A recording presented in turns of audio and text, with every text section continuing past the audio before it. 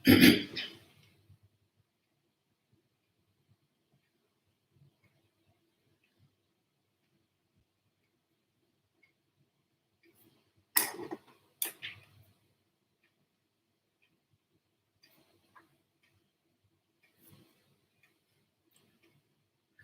नमस्कार।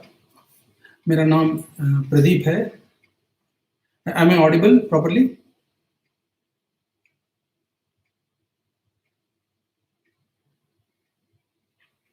राकेश भाई, am I audible?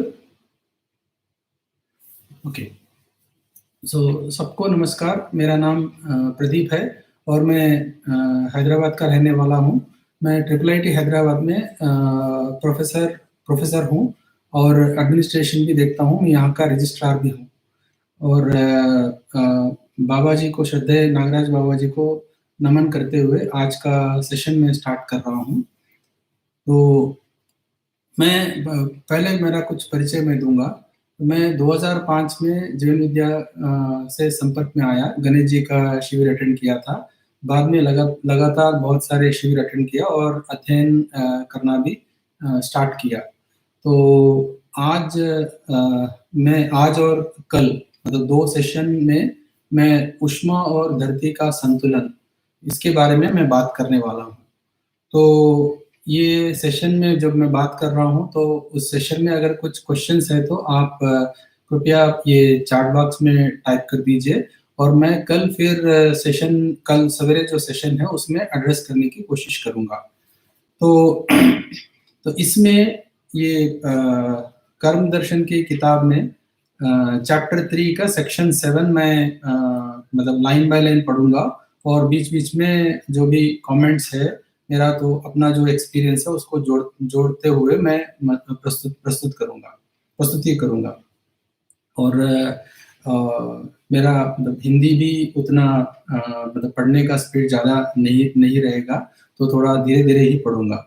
तो इसमें मतलब इस सेक्शन में अर्थ, धरती और ऊष्मा इन दोनों के बीच में मतलब बैलेंस कैसा है उसके बारे में बाबा जी ने लिखा है। तो पहले थोड़ा मैं जनरल डिस्क्रिप्शन दे रहा हूँ, मतलब जो साइंस के हिसाब से या जो अपने एजुकेशन में मिलता है उसके हिसाब से क्या है इन दोनों के बीच में क्या रिलेशनशिप है और ये जो सूरज से जो एनर्जी आ रहा है वो कैसे हमको मिल रहा है और ये एनर्जी के कितने फॉर्म्स है और ये एनर्जी को सही कैसे इस्तेमाल करेंगे और अपन क्या-क्या गड़बड़ किए हैं, इन सब के बारे में मैं बीच-बीच में कमेंट करूँगा। तो पहले तो अगर धरती को हम देखते हैं तो उसका रेडियस है 6400 किलोमीटर्स। 6400 किलोमीटर्स है धरती का रेडियस। तो उसको अगर मतलब मल्टीप्लाई बाय 2 करते हैं तो उसका डायमीटर बनता है। तो अगर धरती का डायमीटर 108 से अगर मल्टीप्लाई करते हैं तो वो सूरज का डायमीटर है। मतलब ये 108 कैसे लाइक एज़ अ कोइंसिडेंस है ये। मतलब ये 108 मतलब अर्थ का diameter multiply by 108 is approximately equal to sun का डायमीटर और सन का डायमीटर से 108 से अगर फिर मल्टीप्लाई करते हैं तो वो धरती और सूरज के बीच में जो डिस्टेंस है वो दिखाता है। तो इसको याद रखने के लिए थोड़ा आसान है। और मून का, जैसा कि चैप्टर में मून का जिक्र नहीं है मगर फॉर कंप्लीटनेस से वो भी बता रहा हूँ। मून का डायमीटर है अराउंड 3500 किलोमीटर्स, 3500 किलोमीटर्स और मतलब उसका अगर 108 टाइम्स मल्टीप्लाई करते हैं तो मून का diameter into multiply by 108 that is equal to distance between earth and moon. तो ये कुल मिला के ये है। और अर्थ में मतलब डे एंड नाइट है, सीजन्स है, तो वो उसका जो मतलब सूरज की ओर जो चक्कर लगा रहा है तो उससे मतलब सीजन्स बन रहे हैं और अपने आप जो धरती अपने आप चक्कर लगा रहे हैं उससे दिन रात बन रहा है। तो ये ऐसा है कि इसका जो डिग्रीज है मतलब 23.5 डिग्रीज का है, उसका भी कुछ मतलब इम्पोर्टेंस है, तो उसके बारे में भी आगे आगे हम चर्चा करेंगे। तो अभी मैं शुरू करता हूँ कि लाइन बाय लाइन पढ़ने का। तो मानवेतर प्रकृति को खनिज संपदा से भरपूर धरती पर फैली हुई हरियाली जीव संसार के रूप में जीव संसार के रूप में देखते हैं। यह धरती पहाड़, जंगल, नदी, नाला, जीव जानवर से संपन्न है। तो ये धरती के ऊपर मतलब पूरा ये all are existing right now. तो संपन्नता का अर्थ है इस धरती पर ये सब विद्यमान है। धरती अपने में खनिजों को ठोस और विरल के रूप में समाई हुई है और इस पर फैली हुई रसायन संसार ठोस, तरल और विरल के रूप में होना देखने को मिलता है। मतलब ये बाबा जी ये कह रहे हैं कि ये धरती के ऊपर मतलब सरफेस के ऊपर सॉलिड, लिक्विड एंड गैस के रूप में है और धरती के अंदर सॉलिड और गैस के रूप में है करके ये सेंटेंस से पता चल रहा है हमको। ठोस रूप में बहुत सी वस्तुएं अपने अपने को देखने को मिलती है, जैसे शरीर में बनी हड्डियां ठोस रूप में रहती हैं। ऐसी वस्तुएं ठोस होने के पूर्व तरल रूप में रहती हैं। तो जो भी सॉलिड है उससे पहले उसके पूर्व ये लिक्विड फॉर्म में रहता है, ये कह रहे हैं बाबा जी यहाँ पे। रसायन द्रव्य ऊष्मा संयोग से विघटन विधि से संयोजित होकर विरल रूप में विद्यमान रहती है। इसका मतलब ऊष्मा विधि से वस्तु फैलना शुरू करता है। तो बाबा ये कह रहे हैं कि मतलब कुछ भी वस्तु को हम जब टेम्परेचर देते हैं उसका जो टेम्परेचर बढ़ा देते हैं तो धीरे धीरे वो फैलना शुरू होता है, एक्सपैंड होता है। एक्सपैंड होने के बाद एक मतलब टेम्परेचर के बाद में वो मेल्ट होना शुरू हो जाता है। तो वो बाबा कह रहे हैं यहाँ पे। तो यह तब तक फैलता है कि जब तक तरल हो जाए, विरल हो जाए। तो मतलब सॉलिड जब तक फैलता है तब तक जब तक लिक्विड हो जाए और गैस में परिवर्तन हो जाए। तो ऊष्मा को हम इस विधि से पहचानते हैं कि वस्तु जलकर या जलाकर जो प्रभाव होता है इसे हम ऊष्मा नाम दे रहे हैं। ओके, जब वस्तु जलता है तो उसका टेम्परेचर जब बढ़ता है ना, उसको ऊष्मा नाम दे रहे हैं। तो इसको दूसरी विधि से ऐसे पहचान पा रहे हैं कि वस्तु जो ज्यादा आवेशित हो गई वह सदा उष्मित होती है। मतलब जब भी टेम्परेचर बढ़ता है तो बाबा कह रहे हैं कि वो मतलब आवेशित है, आवेशित स्थिति में है। तो हम दूसरी जगह पे इसी वाङ्मय में देखे हैं कि जड़ वस्तु का आवेश ध्वनि, विद्युत, ताप से हमको पता चलता है और चैतन्य वस्तु में जो आवेश है वो ये काम, क्रोध, लोभ, मोह, मद, मात्सर्य से पता चलता है। तो हम यहाँ पे अभी धरती के बारे में बात कर रहे हैं या धरती के ऊपर जो फिजिकल एंटिटीज है उसके बारे में बात कर रहे हैं, तो इसीलिए टेम्परेचर के बारे में यहाँ पे डिस्क्रिप्शन है।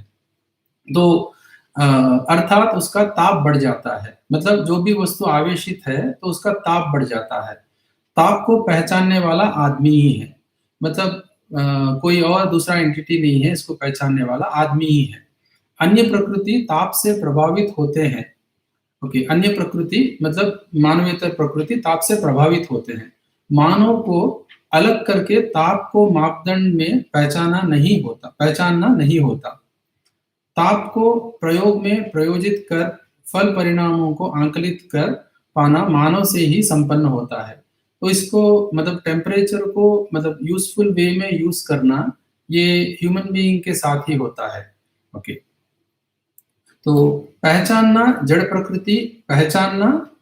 जड़ चैतन्य प्रकृति दोनों में होता है। मतलब पहचानना जड़ चैतन्य प्रकृति दोनों में होता है और पहचानना निर्वाह करने में जड़ प्रकृति प्रमाणित है। मतलब पहचानना निर्वाह करना में मतलब रिकॉग्निशन एंड फुलफिलमेंट जो है वो जड़ प्रकृति उसमें प्रमाणित है, जबकि जानना मानना केवल चैतन्य प्रकृति में ही होता है।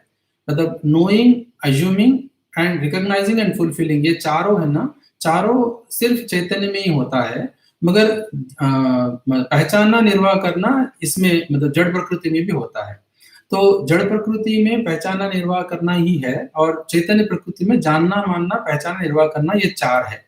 तो जैसे कि एक एग्जांपल मैं देता हूँ, तो अगर सपोज से एक नीडल हम अगर हाथ में पियर्स करते हैं, तो अगर ये नीडल का प्रेशर मतलब जो प्रेशर अपन अप्लाई कर रहे हैं वो ये जो बॉडी का जो रेसिस्टेंस है उससे अगर ज्यादा है तो वो अंदर चले जाएगा, तो वो आराम से चले जाएगा।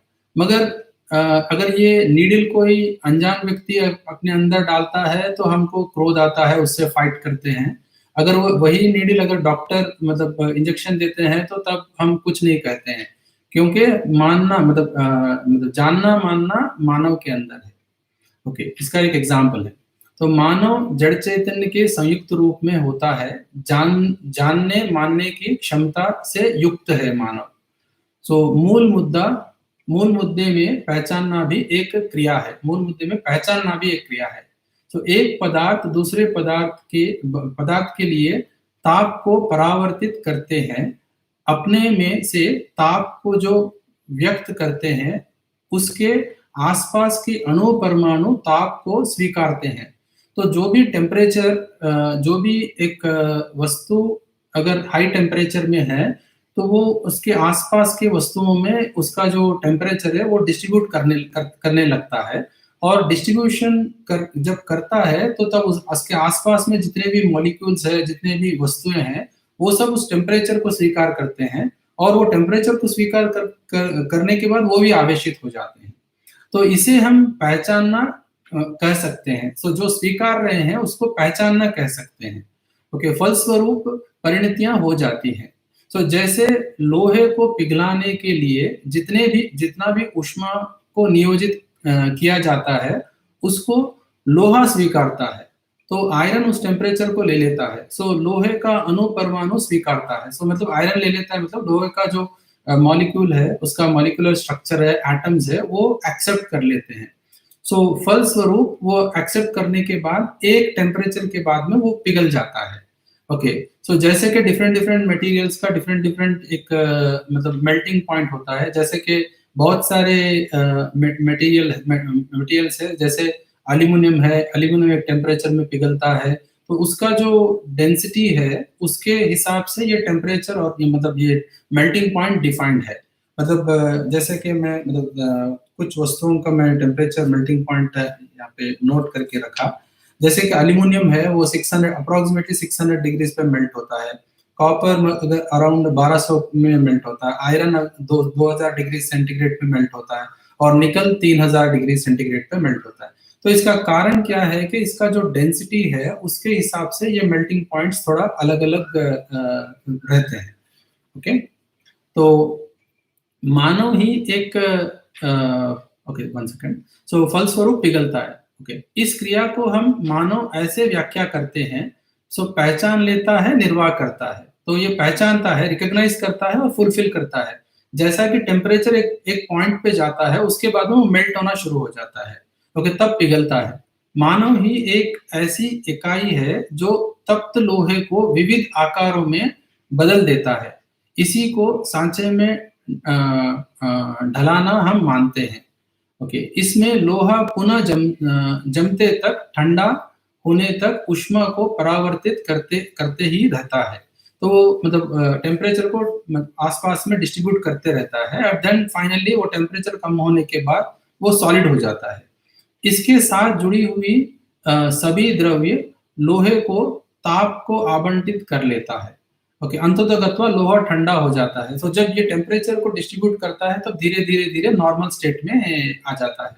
तो जो भी आवेशित स्थिति है, तो उसका आवेश और जो ये पिघल रहा है, तो उसको मतलब यूजफुल फॉर्म में सिर्फ मानव ही ला सकता है। तो प्रकृति में मतलब और कोई ऐसा इकाई नहीं है कि ये इसको अलग तरह से यूज करे। सो ह्यूमन बीइंग ही अपने अपने लिए जो जो भी चाहिए वैसे वस्तुएं तैयार करने के लिए ये मेल्ट करके फिर विविध रूप में उसको मतलब डिजाइन करके करने लगता है। नेक्स्ट पैराग्राफ में जा रहा हूं। ताप। ओके, ताप उद्दीप्त करने के प्रयास से अर्थात ताप को प्रकट करने और बढ़ाने की क्रिया में एक जलने वाला और एक जलाने वाले का संयोग रहता है। तब ये हीट पहले कैसे जनरेट होता है उसके बारे में बाबा बता रहे हैं यहाँ पे। तो जैसे कोयला जलने वाला है, हवा जलाता रहता है। तो मतलब जलने के लिए डेफिनेटली ऑक्सीजन की जरूरत है, और कोयला जलने वाला पदार्थ है, तो हवा जलाने वाला पदार्थ है। तो इसके मूल में जाए तो कोयले को आरंभिक रूप में जलने के लिए कोई ना कोई जलाने वाले के रूप में होता है। जैसे हम आग लगाते हैं तो वो जलाने वाला है, उसके बाद में कोयला जलता रहता है। जब कोयला जलता रहता है तो अपना हमको ये मतलब ऑक्सीजन की ज़रूरत पड़ती है। जब ऑक्सीजन है तो ही जलता है, ऑक्सीजन नहीं है तो नहीं जलता है। जैसे जलता हुआ आग, तो जलता हुआ आग को मटेरियल चाहिए और इनिशिएशन चाहिए, जो आग को इनिशिएट करना चाहिए, उसके बाद में हवा चाहिए। तो अगर ये हवा नहीं है तो बंद हो जाएगा। तो मतलब मटेरियल फर्स्ट चाहिए अपने को, देन ऑक्सीजन चाहिए और इग्निशन, मटेरियल एंड ऑक्सीजन तीनों चाहिए। तो इसको फायर ट्रायंगल बोलते हैं। अगर इसमें से किसी एक को भी अगर अपन निकाल देते हैं तो मतलब आग बंद हो जाएगा। ओके।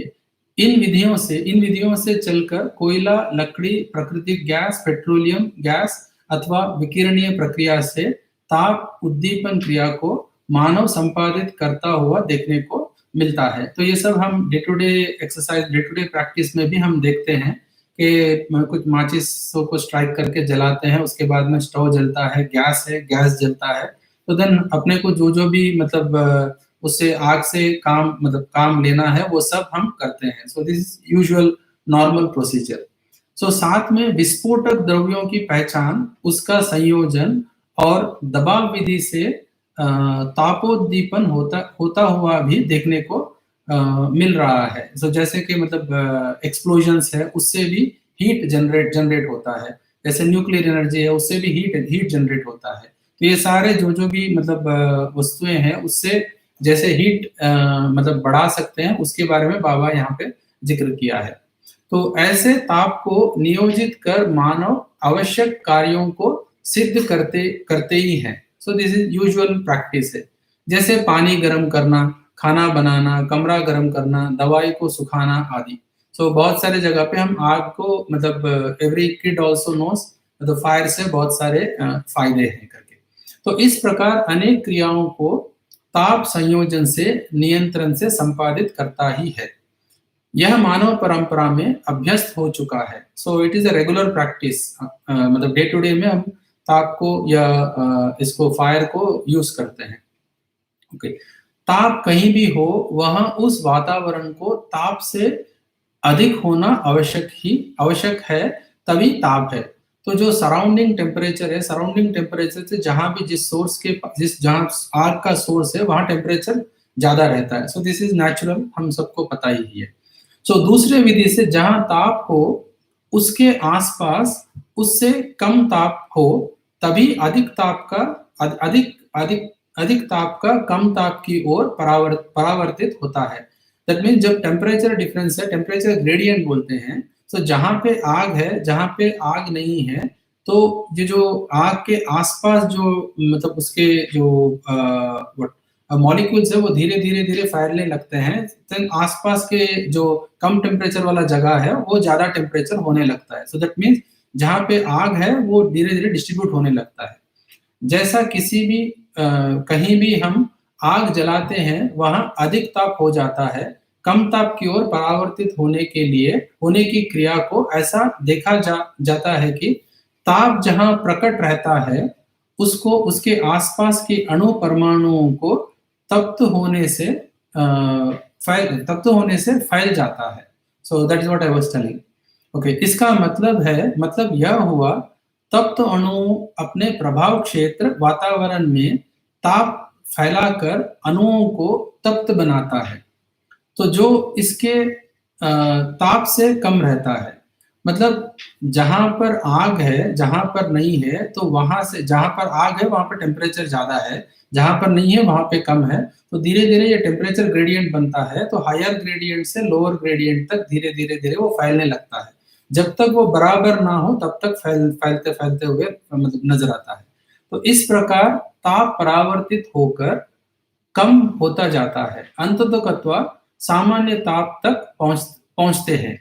सो सामान्य ताप से आशय स्वभाव गति में होने से है। स्वभाव गति का तात्पर्य यह है, विकास क्रम विकास, जागृति क्रम जागृति में जो यथास्थितियां होती हैं, अर्थात त्वसहित व्यवस्था, समग्र व्यवस्था में भागीदारी ही स्वभाव गति है।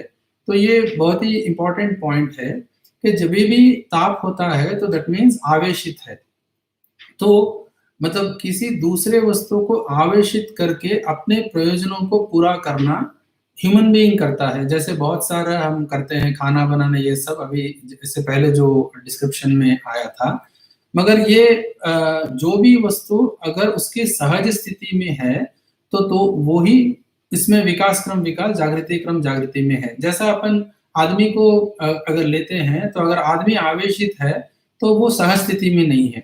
तो जो भी आवेशित है उस आवेश को मतलब धीरे-धीरे आगे मतलब उसके जो आस-पास है लोगों पे बाँटता है। तो जब लोगों को बाँटता है तो वो भी आवेशित हो जाते हैं। तो ये जो अगर नॉलेज है तो ये आवेश को खुद अपने आप को कम कर सकता है, सहज स्थिति में आ सकता है।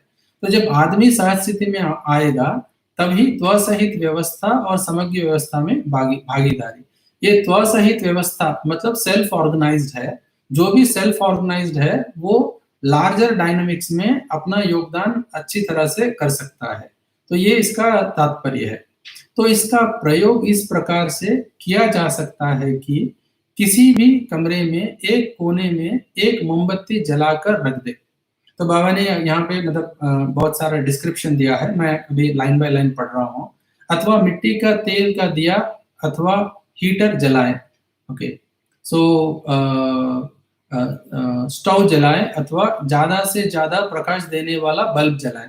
तो मतलब एक हीट का सोर्स एक कमरे में जलाएं, तो ये इसका डिस्क्रिप्शन दे रहे हैं। उसको छूने से हमको जितना ताप महसूस होता है, उससे कुछ दूर दूर में उससे कम महसूस होगा। सो जहाँ भी ये हीट का सोर्स है, अगर उसको टच करें तो ज़्यादा टेम्परेचर अपने को महसूस होगा, और उसके थोड़ा दूर गए तो कम टेम्परेचर महसूस होगा। और भी ज़्यादा दूर जाने पर हमको उससे भी और कम टेम्परेचर महसूस होगा। अगर दूसरे कोने से हम देखते हैं तो सबसे कम टेम्परेचर महसूस होगा। तो ये अब ये कह रहे हैं कि एक कोने में हीट का सोर्स लगाइए और दूसरे कोने में अगर देखते हैं तो सबसे कम टेम्परेचर महसूस होगा। और इसको और एक तरह से ऐसा बोल रहे हैं कि अगर इसको बीच में लाते हैं, कमरे के बीच में अगर लाते हैं, तो कमरे के बीच में रखकर यहाँ प्रयोग करें तो पता लगता है कि ऊष्मा सभी ओर समान रूप में परावर्तित होता है। तो इसका डिस्क्रिप्शन ये है कि मतलब temperature gets distributed all around equally करके बाबा जी कह रहे हैं, और ये हम भी एक्सपेरिमेंट करके भी देख सकते हैं, और मतलब बहुत सारे लोग तो एक्सपीरियंस भी कर चुके हैं कि इक्वली डिस्ट्रीब्यूट होता है टेम्परेचर। मतलब आग का सोर्स जहाँ पे है, हायर टेम्परेचर जहाँ पे, वहां से अगर हम जाते हैं तो इक्वली टेम्परेचर डिस्ट्रीब्यूट मतलब होता हुआ हमको दिखता है ठीक से। तो इस प्रकार हम उक्त प्रयोग विधि से यह भी स्वीकार सकते हैं कि सूर्य का ताप भी और सूर्य का ताप सभी ओर समान रूप से परावर्तित हो रहा है। मतलब temperature of sun is getting distributed all around equally. सूर्य बिंब से परावर्तित ताप धरती को छूता है, ओके, सूर्य की ससम्मुखता में। मतलब जो भी उसके नजदीक है, धीरे धीरे तो ये टेम्परेचर सन से लेके धरती तक आ रहा है, बिकॉज वो ससम्मुखता में है, मतलब धरती सूरज के नजदीक है, इसलिए वो टेम्परेचर हमको मतलब धरती को छू रहा है। इसी के साथ यह भी समझ में आता है कि धरती घूमते हुए भाग सूर्य की सम्मुख रहता है, वह तप्त होता है। इसी कारणवश सूर्योदय और सूर्यास्त होता है। तो जब धरती मतलब अपने आप में घूम रहा है, जैसे कि मतलब अपने आप में जब धरती घूम रहा है, एक साइड सूरज की ओर है और एक साइड पीछे के भाग में है, मतलब जहाँ पे सूरज नहीं है, मतलब सूरज की रोशनी नहीं पड़ रहा है। तो सूरज की रोशनी जहाँ पे पड़ रहा है वो गर्म रहता है, सूरज की रोशनी जहाँ नहीं पड़ रहा है वो ठंडा रहता है। तो अभी मतलब धरती ऐसा है कि सूरज यहाँ पे, धरती यहाँ पे है, तो सूरज मतलब धरती टिल्टेड एक्सिस पे है, 23.5 डिग्री टिल्टेड एक्सिस पे है। तो ये धरती सूरज मतलब अपने आप में मतलब अपने एक्सिस पे अपन वो घूम रहा है, तो ये घूमने की वजह से डे एंड नाइट हो रहा है, और सन के अराउंड भी घूम रहा है। तो सन के अराउंड एक चक्कर लगाता है तो हम उसको एक साल बोल रहे हैं। तो ये नॉर्मली मतलब हम सबको पता ही है। मगर ये 23.5 डिग्री जो है, ये भी मतलब 23.5 डिग्री भी फिक्स्ड 23.5 नहीं है, ये एक्चुअली ये लट्टू की तरह घूम रहा है। मतलब ये 23.5 टू 24 ऐसा करके घूम रहा है एक्चुअली। वो 23.5 टू 24 आके फिर 23.5 ऐसा एक्सिस में घूमने के लिए इसको 26,000 साल लगते हैं। और एक चक्कर लगाने के लिए उसको 24 आवर्स लगते हैं, एक चक्कर लगाने में। और सूरज के मतलब आसपास सूरज का एक राउंड लगाने में 1 साल लगता है। तो जब सूरज का एक राउंड वो लगा रहा है, उसमें ऐसा है कि एक समय में टॉप नॉर्थ पोल दूर है सूरज से और साउथ पोल नजदीक है, और दूसरी जगह पे नॉर्थ पोल नजदीक है और साउथ पोल दूर है। तो ये इससे ही अपने को मतलब सीजन्स बनते हैं, तो ऋतुएं इससे ही बनते हैं। जैसे कि ये मतलब 6 ऋतु है, हम मतलब कहते हैं, जो तेलुगु में मैं बोलता हूँ मगर सेम शब्द है। पहले वसंत ऋतु, ग्रीष्म ऋतु, वर्षा ऋतु, शरद ऋतु, हेमंत और शिशिर ऋतु। तो हिंदी में भी यही नाम है, तेलुगु में भी यही नाम है। तो ये जो धरती सूरज के आसपास जो चक्कर लगा रहा है, उससे ये ऋतु बन रहे हैं। और अपने आप जो घूम रहा है, अपने एक्सिस पे घूम रहा है, जिसको अपन ये रोटेशन बोल रहे हैं, उससे दिन रात बन रहे हैं। और ये एक चक्कर सूरज की कंप्लीटली लगाता है, तो वो 365 डेज अपन एक साल बोल रहे हैं। इसके और भी डिटेल्स है, बहुत सारे मतलब साइंस के मतलब चैनल्स में आपको दिखते हैं। मगर ये जो वॉबलिंग इफेक्ट है वो ज्यादातर लोगों को पता नहीं रहता है। वो जो लट्टू की तरह जो घूमता है, तो वो 26,000 साल लगता है उसके लिए। ओके, अब मैं अभी अब फिर लाइन बाय लाइन पढ़ रहा हूँ।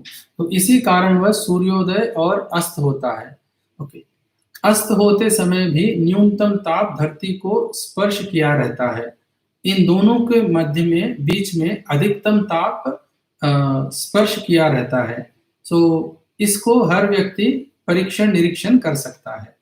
तो धरती के घूर्णन गतिवश ही सूर्य के सम्मुख सम्मुख विमुख होने का विन्यास स्पष्ट होता है। ओके, इसी घूर्णन गति के नर्तन के समान में होने वाली कंपनात्मक गति ही सूर्य सूर्य के चारों ओर वर्तुलात्मक गति में प्रमाणित होने का स्वरूप है। तो इसके मूल में त्व सहित व्यवस्था प्रवृत्ति ही है। इसके मूल में त्व सहित व्यवस्था प्रवृत्ति ही है। यह प्रवृत्ति परस्पर अच्छी दूरी में रहते हुए व्यवस्था को प्रमाणित करने के रूप में है। तो ये एक मतलब धरती और सूरज के बीच में ये जो त्व सहित व्यवस्था है, इसको इंडिकेट कर रहा है ये। तो इस अर्थ में निश्चित निर्वाह हर परस्परता में वर्तमान है, अर्थात प्रमाणित है। तो क्या प्रमाणित है? तो हम सब देख रहे हैं कि मतलब डे एंड नाइट कैसा हो रहा है और सीजन्स कैसे बदल रहे हैं, ये सब कुछ। इस प्रकार से यह धरती इस सूर्य व्यूह में जितने भी ग्रहगोल भागीदार कर रहे हैं, इन सब के साथ तालमेल रखते हुए सूर्य के सम्मुख विमुख होते हुए, सूर्य से निश्चित अच्छी दूरी में रहते हुए सभी और चक्कर काटता हुआ देखने को मिल रहा है। तो इस प्रकार से यह चक्राकार गतिपथ पूर्णतः गोल ना होकर अंडाकार में होना इस बात की प्रवृत्ति है। तो जो सूर्य और धरती के बीच में जो एक्सिस है, जो रोटेशन वाला एक्सिस है, रेवोल्यूशन वाला एक्सिस है, तो ये मतलब कंप्लीटली सर्कल ना होते हुए एलिप्टिकल है, ये एलिप्टिकल ऑर्बिट है। तो उसके वजह से ये नजदीक आ रहा है और दूर जा रहा है। कुछ समय नजदीक दिखता है हमको और कुछ समय दूर दिखता है। ओके, सो इस प्रवृत्ति का प्रधान आशय धरती में ऋतु परिवर्तन, जैसा कि अभी मैं डिस्क्राइब किया था, तो ऐसा जब हो रहा है, इसी से ही अपने को ऋतु परिवर्तन की स्वयं स्फूर्त प्रवृत्ति है। अंततः इस धरती पर विकास क्रम विकास, जागृति क्रम जागृति प्रमाणित होना ही आशय है। इससे आशय ये है कि मतलब विकास क्रम विकास और जागृति क्रम जागृति हो रहा है इससे। तो इस आशय को कैसे हम मानव समझे?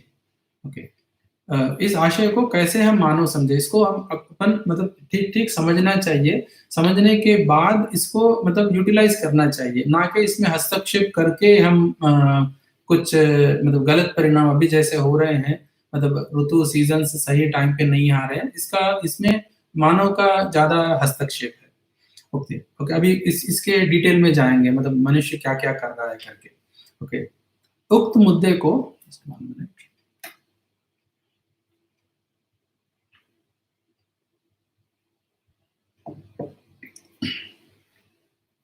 उक्त मुद्दे को इस प्रकार समझना बन जाता है कि इस धरती पर चारों अवस्थाएं प्रकाशित है। मतलब पदार्थ अवस्था है, प्राण अवस्था है, जीव अवस्था है, ज्ञान अवस्था है। तो जैसे हम सब लोगों को पता है कि पदार्थ अवस्था, प्राण अवस्था, जीव अवस्था, ज्ञान अवस्था एक दूसरे के साथ आवर्तनशील प्रक्रिया में रहना चाहिए, मगर आदमी को छोड़ के पदार्थ अवस्था, प्राण अवस्था और जीव अवस्था ये तीनों मतलब they are already in cyclic process, mutually enriching process में है। मगर मानव ही एक ऐसा इकाई है जो इस प्रोसेस को ठीक से मतलब समझ नहीं पा रहा है और फॉलो नहीं कर पा रहा है, यही प्रॉब्लम है। इससे मतलब क्या होगा कि सबसे ज्यादा नष्ट अपन अपन सोच रहे हैं कि पर्यावरण को नष्ट होगा, पर्यावरण को थोड़ा नष्ट होगा, मगर धीरे धीरे धीरे मानव को ही ज्यादा नष्ट होगा। तो इसके अभी डिटेल में जाके देखेंगे लाइन बाय लाइन पढ़ते हुए कि उक्त मुद्दे को इस प्रकार समझना बन जाता है कि इस धरती पर चारों अवस्थाएं प्रकाशित है, जो थी नहीं वह होती नहीं। इस तथ्य को विश्लेषित करने पर पता लगता है कि इन चारों अवस्थाओं की मूल प्रवृत्ति पदार्थ अवस्था में ही रहा ही है। मतलब इन चारों अवस्था का मूल प्रवृत्ति, जैसे मतलब मटेरियल ऑर्डर जब अपन देखते हैं, मटेरियल ऑर्डर में क्या है, मटेरियल ऑर्डर का आचरण, कंपोजिशन, उसका जो कॉन्स्टिट्यूशन है उसके ऊपर डिपेंडेंट है मटेरियल ऑर्डर का आचरण, मतलब कंडक्ट। जैसे प्राणिक ऑर्डर है उसका आचरण देखते हैं तो बीज से डिसाइड होता है, और जीवावस्था का आचरण वंश से डिसाइड होता है, और ज्ञान अवस्था का आचरण मतलब शिक्षा संस्कार से डिसाइड होता है। तो इसमें जो पहचाना निर्वाह करना है, तो जो थी नहीं वो होती नहीं। तो ये मतलब यह बाबा ये कह रहे हैं कि इस तथ्य को विश्लेषित करने पर पता लगता है कि इन चारों अवस्थाओं की मूल प्रवृत्ति जो भी बेसिक है, जो बेसिस है, वो पदार्थ अवस्था में ही समाहित है। अगर वो पदार्थ अवस्था में नहीं है तो वो मतलब आगे आगे जाके प्रकट ही नहीं होगा। तो दैट मीन्स उसका जो मतलब बेसिक जो नेसेसिटी, मतलब बेसिक जो चीज है उसके अंदर, पदार्थ अवस्था के अंदर ही है। अगर ऐसा नहीं होता तब यौगिक और हरियाली का उदय होना संभव ही नहीं था। मतलब अगर ये डेवलपमेंट, मतलब जो एटम है, जो एटम में अगर डेवलपमेंट नहीं है तो ये पूरा मतलब धरती के ऊपर जो भी चारों अवस्थाएं प्रकट ही नहीं होती थी। ओके, जबकि इस धरती पर यौगिक क्रिया संपादित हो चुकी है, हरियालियां फैल चुकी हैं। सो ये अपन साइकिल देख रहे हैं, बीज वृक्ष देख रहे हैं, वंश भी देख रहे हैं, ये सारे मतलब साइक्लिक प्रोसेस में जुड़ी हुई है कंप्लीटली। तो दैट मीन ये पहले से ही उसके अंदर निहित है, उसके अंदर समाहित है, इसलिए वो प्रकट हो गए हैं। तो इसी के साथ साथ भुनगी, कीड़े से लेकर अनेक पशु पक्षी, जीव जानवर का प्रकटन व परस्पर परंपरा स्थापित हो चुकी है। तो इसका एक साइकिल है, मतलब ह्यूमन बीइंग का एक साइकिल है। ह्यूमन बीइंग का परंपरा स्टार्ट हो चुका है, और जो जीव जानवर जो है उसका परंपरा स्टार्ट हो चुका है, बीज वृक्ष का परंपरा स्टार्ट हो चुका है। ये सब मतलब धरती के ऊपर कंप्लीटली मतलब 100% आ चुका है और बैलेंस स्टेट में है। और इस सबको है ना, मतलब सारे जो 3 ऑर्डर्स है, 3 ऑर्डर्स है, मटेरियल ऑर्डर, प्राणिक ऑर्डर, एनिमल ऑर्डर, ये तीनों मतलब पहचान रहे हैं और निर्वाह कर रहे हैं। मगर अनफॉर्चुनेटली एक ह्यूमन ऑर्डर ही इसको मतलब पहचानना, निर्वाह करना ठीक से नहीं कर पा रहा है। तो उसका बेसिक शॉर्टकमिंग है एजुकेशन में, मतलब ह्यूमन एजुकेशन में शॉर्टकमिंग है। अगर ह्यूमन एजुकेशन सही अगर मिल गया तो human being also participates in the larger dynamics. Okay, इतना ही नहीं, मानव शरीर परंपरा भी स्थापित हो चुकी है। इनमें से किसी को नकारने का कोई तर्क या स्थिति मानव के पास अभी नहीं है। मतलब इसको हम रिजेक्ट भी नहीं कर सकते क्योंकि हम सब आंखों के सामने ये सब कुछ हम देख रहे हैं। सो दूसरा, मानव का हैसियत यह है कि मानव है का अध्ययन करता है। तो कैसे है का मतलब करना नहीं है, मैं हूँ उसका अध्ययन, मतलब मैं हूँ, मैं कैसा हूँ, मतलब मैं मेरा like how I can participate in the larger order. So इसका ही अध्ययन करना है मुझे विदाउट डिस्टर्बिंग दैट। सो बारीक से बारीक जो भी मतलब नेचर में बनना है वो ऑलरेडी बन चुका है, तो मुझे उसको समझना है समझने के बाद उसको उसमें लार्जर डायनामिक्स में पार्टिसिपेट करना पड़ेगा मुझे, बस उतना ही। ओके, चारों अवस्थाएं मानव के लिए अध्ययन करने की वस्तु है। तो चारों अवस्थाएं, पदार्थ, प्राण, जीव और ज्ञान अवस्था, मानव के लिए अध्ययन करने की वस्तु है। तो अध्ययन का मतलब क्या है? तो वस्तु से लेकर वस्तु जो शब्द है, शब्द से लेकर हमको वस्तु तक पहुंचना चाहिए, वस्तु से लेकर उसका रूप, गुण, स्वभाव, धर्म हमको समझना चाहिए। ओके, सो जैसे कि रूप और गुण हमको ये इंद्रियों से दिखता है और समझ सकते हैं, मगर स्वभाव और धर्म जो है वो ज्ञान से ही दिखता है। तो रूप, गुण, स्वभाव, धर्म, तो अध्ययन का मतलब है किसी भी इकाई का रूप, गुण, स्वभाव, धर्म हमको समझ में आना ही अध्ययन है। अध्ययन करने से हमें इस तथ्य का सूत्र मिलता है कि धरती में ऋतुक्रम व्यवस्था से ही अथवा प्रभाव से ही, पूरकता से ही, भौतिक क्रिया व्यवस्था से ही रासायनिक क्रिया व्यवस्था का प्रकटन इस धरती पर हो चुकी है। ये सीक्वेंस है। फिर एक बार मैं सेंटेंस पढ़ता हूँ। अध्ययन करने से हमें इस तथ्य का सूत्र मिलता है कि धरती में ऋतुक्रम व्यवस्था से ही अथवा प्रभाव से ही, पूरकता से ही, भौतिक क्रिया व्यवस्था से ही रासायनिक क्रिया व्यवस्था का प्रकटन इस धरती पर हो चुकी है। तो एक एक सीक्वेंस है। तो रासायनिक क्रिया व्यवस्था का प्रकटन इस धरती पर हुआ है, इसका मतलब है भौतिक क्रिया से। तो इसका मतलब है कि प्रभाव से। तो ये सीक्वेंस है। ओके, ऋतु का प्रभाव से भौतिक क्रिया, उससे प्रभाव से रासायनिक क्रिया का प्रकटन इस धरती पर हुआ, ये सीक्वेंस है। तो इसको हमें समझना चाहिए और ये सीक्वेंस को डिस्टर्ब नहीं करना चाहिए। तो इस क्रम से चारों अवस्थाओं की संरचनाएं स्पष्ट हो चुकी हैं। तो यही ऑर्डर, यही सीक्वेंस है, ये चारों अवस्थाएं की संरचना, they are established already on the earth. तो सभी खनिज भी ठोस रूप में अपने अपने प्रजाति की अनुरचना अथवा मिश्रित रचना के रूप में प्रस्तुत है। सभी ये रचनाएं, materials, minerals, all these things are already available. तो कैसे उसका जो एटॉमिक स्ट्रक्चर है, मिनरल कॉम्पोजिशन है, उसके साथ ये सब ऑलरेडी एस्टैब्लिश्ड हो चुके हैं धरती पर, और हम इसको समझ सकते हैं। और समझना क्यों? उसको कंटिन्यू करने के लिए समझना है, ना कि उसको डिस्ट्रॉय करने के लिए। तो इन्हीं की विविध प्रजातियों के आधार पर यौगिक घटना, ओके, ये बॉन्डिंग, रासायनिक ऊर्मी और वैभव अर्थात नृत्य घटित है। तो ये जो केमिकल एक्सचेंज जो हो रहे हैं, एक से एक बॉन्डिंग हो रहा है, जैसे डिफरेंट रिएक्शंस, एक्शंस हो रहे हैं, तो इससे हमको पता चलता है। रासायनिक द्रव्य के आधार पर संपूर्ण प्राणकोशा संरचित रचनाएं, छोटे से बड़े वनस्पति प्रजातियां, जीवावस्था प्रजातियां, मानव शरीर प्रजाति का रचना इस धरती पर ही प्रमाणित है। सो दैट मीन्स ये एवोल्यूशन कैसे हुआ है इस क्रिया से, इसका बाबा स्पष्ट कर रहे हैं यहाँ पे। इससे स्पष्ट हुआ कि ऊर्जा संपन्नता, बल संपन्नता, क्रियाशीलता के साथ साथ विकास क्रम और विकास की प्रवृत्तियां समाई रहती हैं। तो इससे अपने को पता चल रहा है कि विकास क्रम, विकास कैसे हुआ है। सो फाइनली यहाँ पे घटनपूर्ण परमाणु तक ये आए हैं। तो मगर यहाँ पे अपन तीनों ऑर्डर्स के बारे में डिस्कस कर रहे हैं, not human order right now. तो इससे फिर एक बार पढ़ रहा हूँ ये लास्ट सेंटेंस। तो इससे स्पष्ट हुआ कि ऊर्जा संपन्नता दैट मीन्स एनर्जी, बल संपन्नता, ओके, बल is power, okay, power and energy both, क्रियाशीलता के साथ साथ विकास क्रम और विकास की प्रवृत्तियां समाई हैं। तो विकास क्रम they are in the process of development. So हर परमाणु डेवलपमेंट एक लीनियर लाइन से जा रहा है, डेवलपमेंट, विकास क्रम, विकास, उसके बाद में जागृति क्रम, जागृति के उसमें। सो जीवन विकसित पद, जीवन विकसित पद में होना पहले से स्पष्ट किया जा चुका है। जीवन घटनपूर्ण परमाणु है तो ये विकसित पद में है। सो this is already clarified in earlier sections.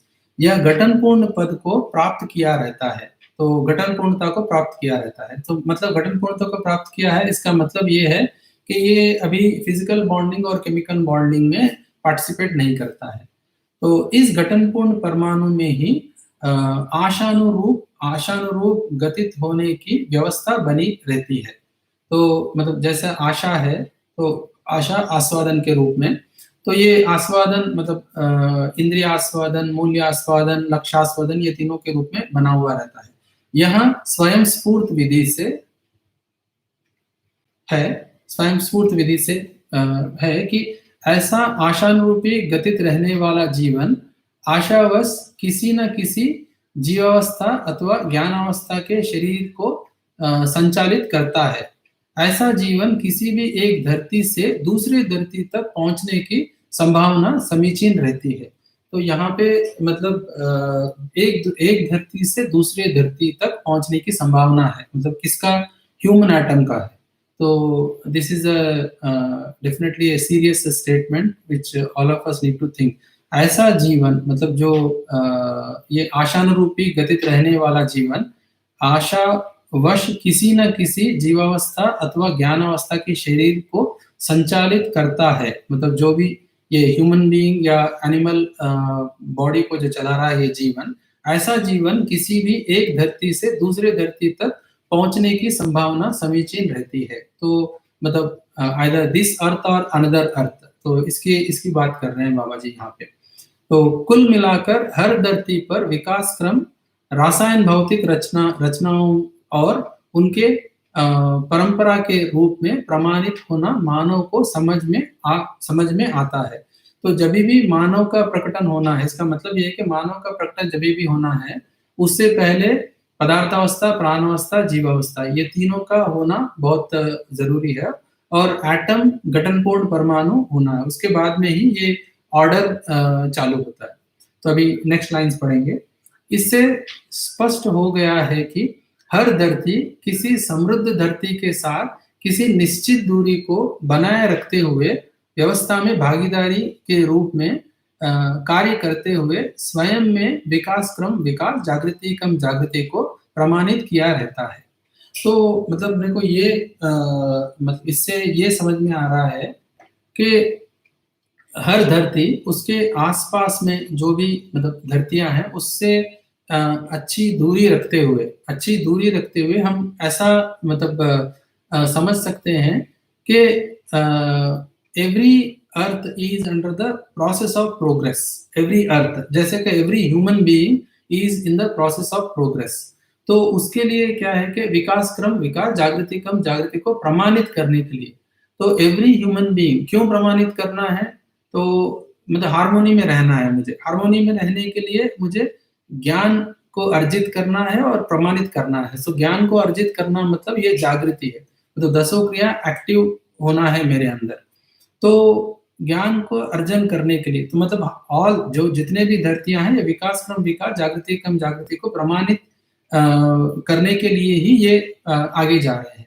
इन सबका दृष्टा जागृत मानव ही है, ना कि भ्रमित मानव। तो जागृत मानव ही इसको देख सकता है क्लियरली। तो बाबा बोल रहे हैं कि भ्रमित मानव को ये समझ में नहीं आता है, मगर फिर भी भ्रमित मानव को ये समझ में आता है कि उसे सुखी रहना है। ओके, चाहे अच्छा काम करे या बुरा काम करे, उसको सुखी होना है। तो अच्छा, जो बुरा काम करता है, जो बुरे काम में भी स्टेबिलिटी नहीं है करके फिर अच्छे को ही ढूंढने लगता है। तो मतलब फाइनली क्या है कि everyone want to be happy and everyone want to be continuously happy. तो इस क्रम में कई धरती किसी न किसी अवस्था में कार्यरत है ही। सभी अविकसित धरतियां विकास को प्रमाणित करने की ओर प्रवर्तनशील है। तो यही मैं कह रहा था, सभी धरतियां, you can take any globe और any planet, so every planet is in the process of development. तो वो क्रम में ही है। तो अपने को अभी ये अर्थ दिख रहा है, मगर बहुत सारे ऐसे ग्रह गोल है, मतलब ये लॉजिकली मैं बता रहा हूँ, अपने मतलब नॉलेज कुछ नहीं है उसका। तो everywhere this all four orders will be established and human order will be there in that, and then human order will always try for the development. So one second, excuse me. Okay, यह भी इस बात का संकेत है कि जितनी भी धरतियां अविकसित अवस्था में है, अर्थात जिन धरती में विकास क्रम ही प्रकट नहीं हुआ है, ऐसे सभी धरतियां विकास क्रम को सजाने की ओर अपनी प्रवृत्ति को बनाए हुए हैं। तो जहाँ पर ओनली फिजिकल ऑर्डर है, फिजिकल मैटर है, सो धीरे-धीरे मतलब may be after millions of years वहाँ पे भी ये लाइक केमिकल बॉन्डिंग के साथ देन रसायन द्रव पहले सबसे पहले मतलब बाबा जी कहते हैं कि सबसे पहले जिस का प्रकटन होना है पानी का, तो उसके बाद में ही मतलब मूल वस्तु वही है, उसके बाद में भी बहुत सारे रस उपरस ये सब बनेंगे, उसके बाद में ही लाइफ फॉर्म स्टार्ट होगा, उसके बाद में बहुत बाद में समृद्ध मेधस होगा, देन ये आदमी समृद्ध मेधस जब बनता है तो तब आदमी का प्रकटन होता है। तो यही यहाँ पे कहना चाह रहे हैं ये। ओके, तो इसी क्रम से सूर्य ग्रह जो ह्रास की परम स्थिति में है, वह भी कालांतर में विकास क्रम में होने की कल्पना मानव परंपरा में प्रचलित है।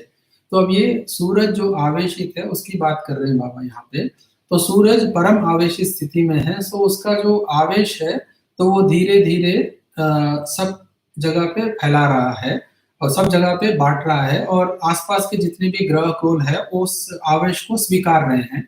तो स्वीकारने के बाद अपने अंदर जो भी कार्यक्रम होना है वो होते ही जा रहा है, मगर इससे क्या अपने को पता चल रहा है कि धीरे-धीरे ये धरती मतलब ठंडा हो जाए सूरज ठंडा हो जाएगा। सूरज ठंडा हो जाने के बाद उसमें भी विकास क्रम विकास, जागृति क्रम जागृति की ओर वो भी चल पड़ेगा, ऐसा लॉजिकली मतलब हम समझ सकते हैं ये।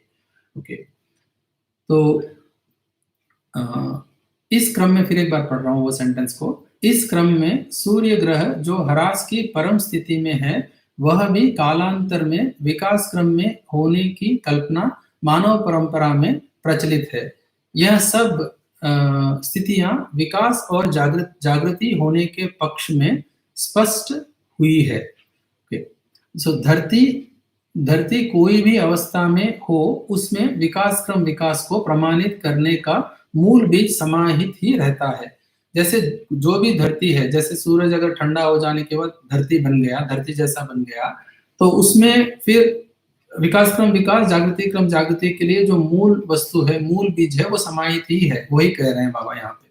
क्योंकि हर आवेश सामान्य गति की ओर, स्वभाव गति की ओर, स्वभाव गति विकास क्रम की ओर और विकास क्रम विकास को प्रमाणित करने की ओर, विकास जागृति को प्रमाणित करने की ओर और जागृति क्रम जागृति को प्रमाणित करने की ओर एवं जागृति की निरंतरता को प्रमाणित करने की ओर कार्य करता हुआ समझ में आता है। ये बहुत लंबा सेंटेंस है।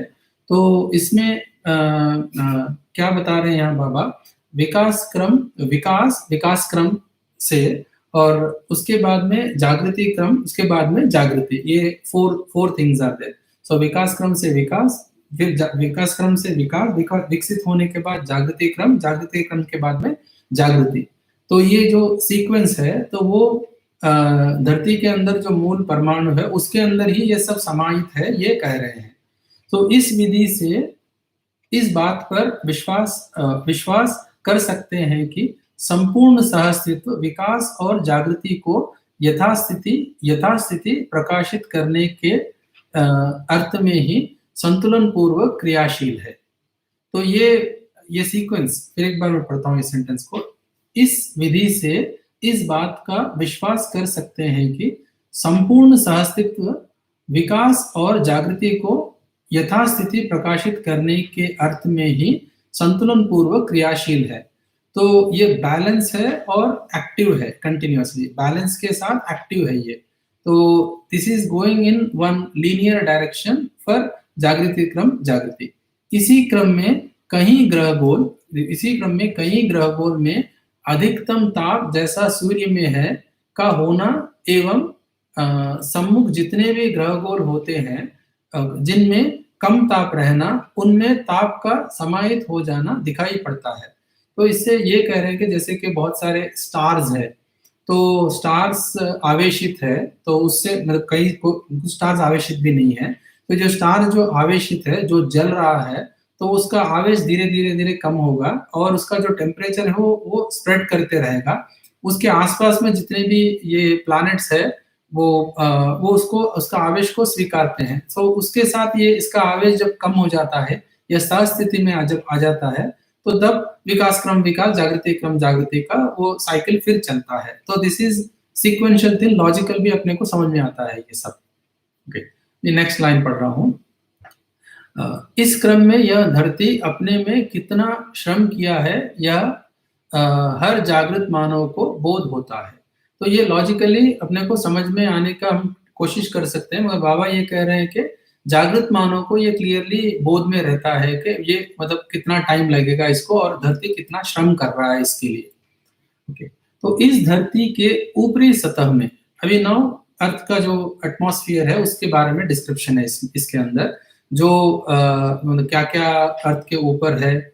ओके, जंगल है। ओके, इस धरती के ऊपरी सतह में जंगल, समुद्र और थोड़े भाग में मरुस्थलीय होना पाया जाता है। तो जंगल है, फॉरेस्ट है और वाटर बॉडीज है, रिवर्स है और थोड़ा डेजर्ट है। सो ये कह रहे हैं यहाँ पे। ओके, जो अपने को इजीली ज्योग्राफी अगर अपन देखते हैं, अर्थ का ज्योग्राफी देखते हैं तो ये क्लियरली दिखता है। यह जंगल कैसा भी हो, जंगल के सर्वाधिक पेड़ पौधे, लता, गुल अपना वायु, दैट मीन्स कार्बन डाइऑक्साइड नाम से जाने वाले द्रव्य को अपना खाद्य पदार्थ बनाते हुए अथवा पाचन पदार्थ बनाते हुए प्राणवायु को अर्थात ऑक्सीजन को प्रदान करता है। तो ये जो जंगल है वो कार्बन डाइऑक्साइड को ले रहा है अपने में, फिर बाद में जो उसको वो ऑक्सीजन को रिलीज कर रहा है। तो जबकि कोयला और खनिज कोयला से निष्पन्न तेल, जो अपन फॉसिल फ्यूल यूज कर रहे हैं, तो कोयला और खनिज कोयला से निष्पन्न तेल पेट्रोलियम को जितने भी यंत्र में ईंधन के रूप में प्रयोग करते हैं अथवा प्रौद्योगिकी विधि से यंत्र संचालन में प्रयोग किया जाता है, इन सबके विसर्जन ईंधनावशेष में पाए जाने वाली प्राण घातक वायु, दैट इज कार्बन मोनोऑक्साइड है। तो पेड़ क्या कर रहे हैं, ये कार्बन डाइऑक्साइड को ले रहे हैं और ऑक्सीजन को रिलीज कर रहे हैं। जो अभी मतलब मानव ने जो बनाया है ये सब, मतलब इसको यूज कर रहा है, कोयला और खनिज कोयला, उसको जलाकर जो आउटपुट आ रहा है उसका, वो कार्बन मोनोऑक्साइड है। So that carbon monoxide is very very what you call dangerous to human survival on earth. Okay, तो ये पर्यावरण के लिए अत्यंत घातक माना जा रहा है। तो ये अपन बहुत सारा ये अभी एनालिसिस भी चल रहा है कि कितना पोल्यूशन है, कितना कार्बन मोनोऑक्साइड है, कितना मतलब पॉइजनस गैसेस एटमॉस्फेयर में जा रहे हैं, ये सारे ह्यूमन बीइंग के वजह से ही। अभी जो ये कोविड-19 जो चल रहा है, इससे बहुत सारे अभी स्टडीज है कि ऐसे मैक्सिमम पोल्यूटेड सिटीज है, अभी उसमें बहुत सारा पोल्यूशन कम हो गया बिकॉज ह्यूमन एक्टिविटी बहुत कम हो गया है। फर्स्ट ऑफ ऑल ये व्हीकल मूवमेंट्स ये कम हो गया है, इससे बहुत सारा पोल्यूशन कम हो गया है, ये अपने को देखने को मिल रहा है। तो ये जो अभी जो चल रहा है, जो लॉकडाउन सिचुएशन, इससे मतलब बाद में पोस्ट लॉकडाउन में बहुत सारा मतलब अपना जो काम करने का ढंग है, आई थिंक ये मतलब इसमें बहुत सारा बदलाव आएगा, ये मेरा आशा है।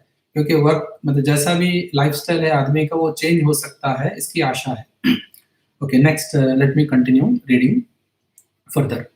ओके, तो इससे पता लगता है ऐसे खनिज कोयले के मूल में जो बड़े-बड़े जंगल धरती में दबकर कोयले के रूप में आज प्रकट है, ऐसे दबने के पहले के जंगल वही द्रव्य अपने में पचा रखा है। इसी को अपना खाद्य पदार्थ बनाकर आकाशचुंबी वृक्ष बने रहे होंगे। तो मतलब जैसे-जैसे बड़े-बड़े मतलब ट्रीज है, वही दबकर नीचे गए हैं एंड उसके बाद में कोयला बना है। तो इसका कोयले का डिस्क्रिप्शन दिया है कि कितना कोयला कितना बड़ा पेड़ होना चाहिए, कितना कोयला बनने के लिए। तो आगे मैं सेंटेंसेस पढ़ता हूँ। तो ऐसे आकाशचुंबीता के परिकल्पना को धरती में बनी हुई खनिज कोयले के मोटाई के आधार पर किया जाना स्वाभाविक है। सो ये जो धरती में दबकर जो कोयला बना है, उसका जो लेंथ देखते हैं, थिकनेस देखते हैं, उससे हमको समझ में आता है कि कितना बड़ा पेड़ था वो। तो वर्तमान में कहीं-कहीं कोयले की 150 से 180 मीटर मोटाई की परत बिछी है, मतलब लेयर्स है ये। इससे अंदाजा लगा जा सकता है कि कितने बड़े-बड़े वृक्ष रहे होंगे। ओके, तो 150 टू 180 मीटर्स का जो लेयर्स है उतना बड़ा कोयला है। तो एक्चुअली 1:10 रेशियो में ये एक्चुअली कोयला बनता है। अगर 10 मीटर्स लकड़ी है तो उसका 1 मीटर कोयला बनता है, यही एक असेसमेंट है। 1 मीटर कोयला होने के लिए कम से कम 10 मीटर वृक्ष की लंबाई की आवश्यकता पड़ती है। इसकी सघनता गणितीय विधि से सभी समझ सकते हैं, तो कैलकुलेट करके अपने को अपन इजीली समझ सकते हैं। इस प्रकार अपार कोयला बनने के लिए कितने बड़े वृक्षों का जंगल रहा होगा। गणितीय विधि से ही इसको निकाला जा सकता है। सामान्य परिकल्पना में समाना ही बहुत मुश्किल है। सो परिकल्पना में यही लाया जा सकता है कि आकाशचुंबी सघन जंगल रहे होंगे।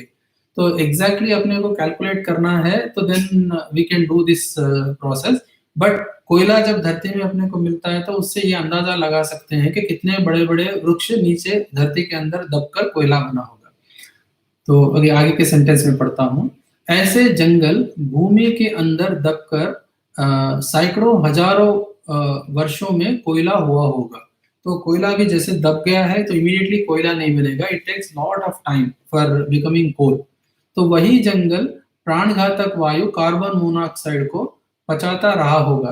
तो अभी अगर जंगल है तो वो कार्बन डाइऑक्साइड को पचा रहा है, और उसके बाद में जब कोयला बन गया है, उस कोयले को जला रहे हैं तो कार्बन मोनोऑक्साइड निकल रहा है जो प्राणघातक है।